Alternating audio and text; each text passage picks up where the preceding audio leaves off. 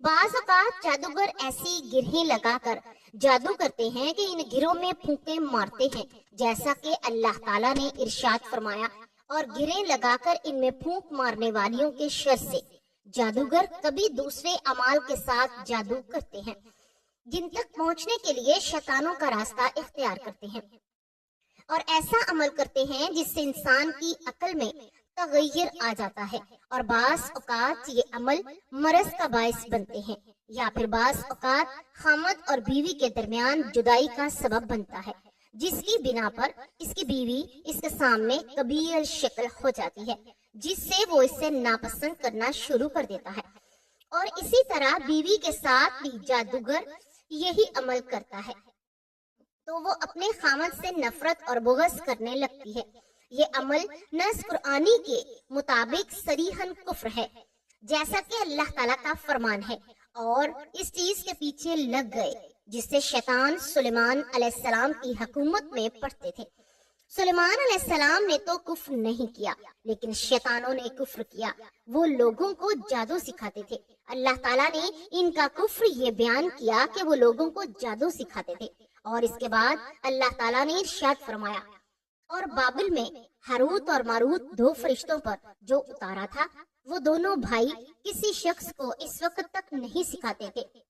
جب تک کہ یہ کہہ نہ دیں کہ ہم تو ایک آزمائش ہیں، تو کفر نہ کر۔ اللہ تعالیٰ نے فرمایا، پھر لوگ ان میں سے وہ سیکھتے تھے جس سے خامد اور بیوی کے درمیان جدائی ڈال دیں، اور دراصل وہ اللہ تعالیٰ کی مرضی کے بغیر کسی کو کوئی نقصان نہیں پہنچا سکتے۔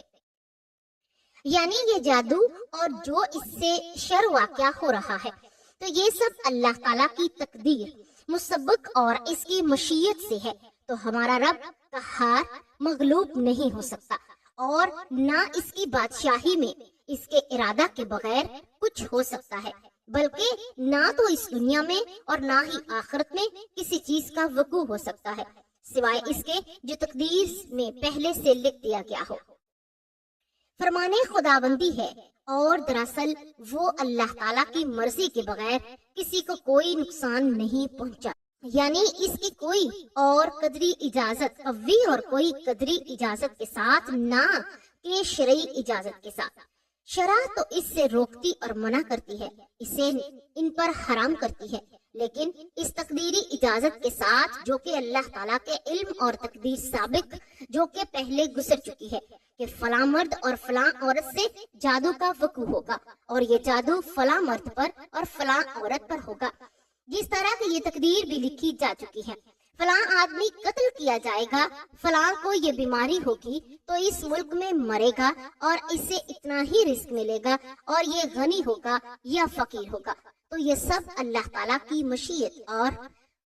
تقدیر سے ہے، جیسا کہ اللہ تعالیٰ کا فرمان ہے، بے شک ہم نے ہر چیز کو ایک مقررہ اندازے پر پیدا کیا ہے۔ فرمانے والی تعالیٰ ہے، نہ کوئی مصیبت دنیا میں آتی ہے اور نہ ہی تمہاری جانوں میں، مگر اس سے پہلے کہ ہم اس کو پیدا کر دیں۔ وہ ایک خاص کتاب میں لکھی ہوئی ہے، اور یہ کلام اللہ تعالیٰ پر آسان ہے۔ لہٰذا ہر مسلمان کو یہ بات یاد رکھنی چاہیے کہ جادو ایک حقیقت ہے اور انسان اس کے زیر اثر بھی آتا ہے، لیکن جو لوگ ایمان پر مضبوط ہوتے ہیں وہ اللہ پر یقین رکھتے ہیں، کیونکہ جادو نظر کا دھوکہ اور بہکاوا جس کا علاج آیات قرآنی سے کیا جا سکتا ہے۔ وظائف پڑھنے والوں پر جادو کا مہلک اثر نہیں ہوتا۔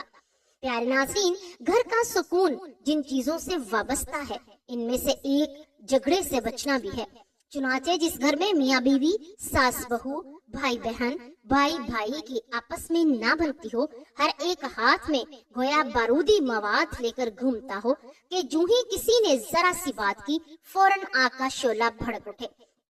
اور جھگڑا شروع ہو جائے، اس گھر میں امن و سکون کی فضا قائم ہونے کی بجائے ٹینشن کی کیفیت دکھائی دیتی ہے۔ جھگڑے میں نقصان دونوں فریقوں کا ہوتا ہے۔ یہ الگ بات ہے کہ کسی کا کم ہے تو کسی کا زیادہ، جس سے ذرا سی بھی عقل ہوگی وہ کبھی بھی جھگڑے کو اچھا نہیں سمجھے گا، لیکن ذرا سی بات پر جھگڑنے والوں کی عقل پر نہ جانے کون سا پردہ پڑ جاتا ہے کہ انہیں اپنی عزت و وقار کا احساس رہتا ہے، نہ سامنے والے کی عزت کا۔ زبان درازی، دل آزاری، طنز، تانے، تہمت لگانا، ایب کھولنا، گالم گلوچ، ہاتھا پائی اور طلاق، خدا کی پناہ کیا کچھ نہیں ہوتا۔ اس جھگڑے میں جھگڑالو شخص کی مذمت کرتے ہوئے مدنی تاجدار صلی اللہ علیہ وآلہ وسلم نے فرمایا، بے شک اللہ عز و جل کو لوگوں میں سب سے زیادہ ناپسند وہ لوگ ہیں جو شدید جھگڑالو۔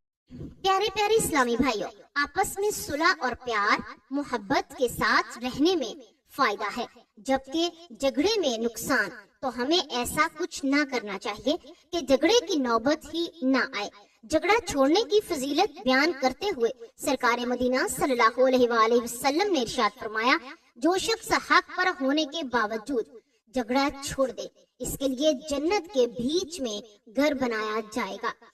پیارے ناظرین، اب بات کرتے ہیں اس قرآن پاک کی خوبصورت سورت کے بارے میں، جس کو پڑھنے سے گھر میں جھگڑے ختم ہو جائیں گے، گھر میں کبھی بھی لڑائی نہ ہوگی، تنگ دستی دور ہو جائے گی، رزق میں برکت ہوگی، جادو کا اثر ختم ہو جائے گا، آپ پر کوئی بھی کالا علم کرتا ہے تو وہ ٹوٹ جائے گا، اور اگر گھر میں جوان بچیاں بیٹھی ہیں تو اللہ ان کے لیے نیک اسباب پیدا فرما دے گا۔ وہ خوبصورت سورت قرآن پاک کی سورت البقرہ ہے، جو قرآن پاک کی سب سے طویل سورت کہلاتی ہے۔ رسول اللہ صلی اللہ علیہ وآلہ وسلم نے پوری سورت بقرہ کی فضیلت کے متعلق بھی بتلایا ہے، اور یہ بھی بتلایا کہ اس کی بعض آیات مثلا آیت الکرسی اور سورت البقرہ کی آخری 2 آیات کی فضیلت بھی بتلائی ہے۔ تو نبی کریم صلی اللہ علیہ وآلہ وسلم نے اس سورت کی فضیلت میں یہ بھی بتایا کہ شیاطین اس گھر سے بھاگ جاتے ہیں جہاں یہ سورت پڑھی جاتی ہے۔ رسول اکرم صلی اللہ علیہ وآلہ وسلم نے فرمایا، سورت بقرہ پڑھا کرو، کیونکہ اس کا پڑھنا برکت ہے اور اس کا چھوڑنا حسرت اور بدنصیبی ہے، اور اہل باطل اس پر قابو نہیں پا سکتے۔ قرطبی نے حضرت معاذ رضی اللہ تعالی عنہ سے نقل کیا ہے کہ اس جگہ اہل باطل سے مراد جادوگر ہیں۔ مراد یہ ہے کہ اس سورت کے پڑھنے والے پر کسی کا جادو نہ چلے گا، اور حضور پاک صلی اللہ علیہ وآلہ وسلم نے فرمایا، جس گھر میں سورہ بقرہ پڑھی جائے شیطان وہاں سے بھاگ جاتا ہے، اور رسول اکرم صلی اللہ علیہ وآلہ وسلم نے یہ بھی فرمایا، سورہ بقرہ سنام القرآن اور ذرات القرآن ہے، یعنی سنام اور ذرا ہر چیز کے اعلیٰ افضل حصہ کو کہا جاتا ہے۔ اس کی ہر آیت کے نزول کے وقت 80 فرشتے اس کے جلوے میں نازل ہوئے۔ 40 دن تک پڑھنے میں کوئی حرج نہیں۔ گھر میں سورہ بقرہ پڑھنے سے اگر علاج مقصود ہے اور اس طرح پڑھنے سے شفا ہو جاتی ہے تو اس پر اجرت لینا درست ہے۔ بعض صحابہ نے شفا کے لیے پڑھنے پر اجرت لی، اور آپ حضرت نبی اکرم صلی اللہ علیہ وآلہ وسلم نے اس کو درست فرمایا ہے۔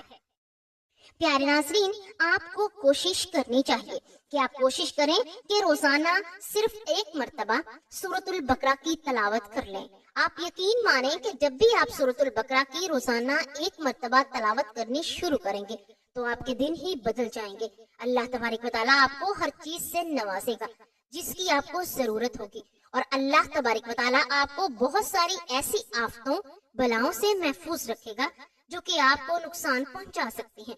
جیسے کہ جادو، جنات، کالا علم، حسد وغیرہ۔ جو شخص روزانہ 1 مرتبہ سورۃ البقرہ کی تلاوت کرتا ہے، اللہ تبارک و تعالیٰ اس کے ساتھ اپنے فرشتے مقرر فرما دیتے ہیں جو اس کی حفاظت فرماتے ہیں اور اسے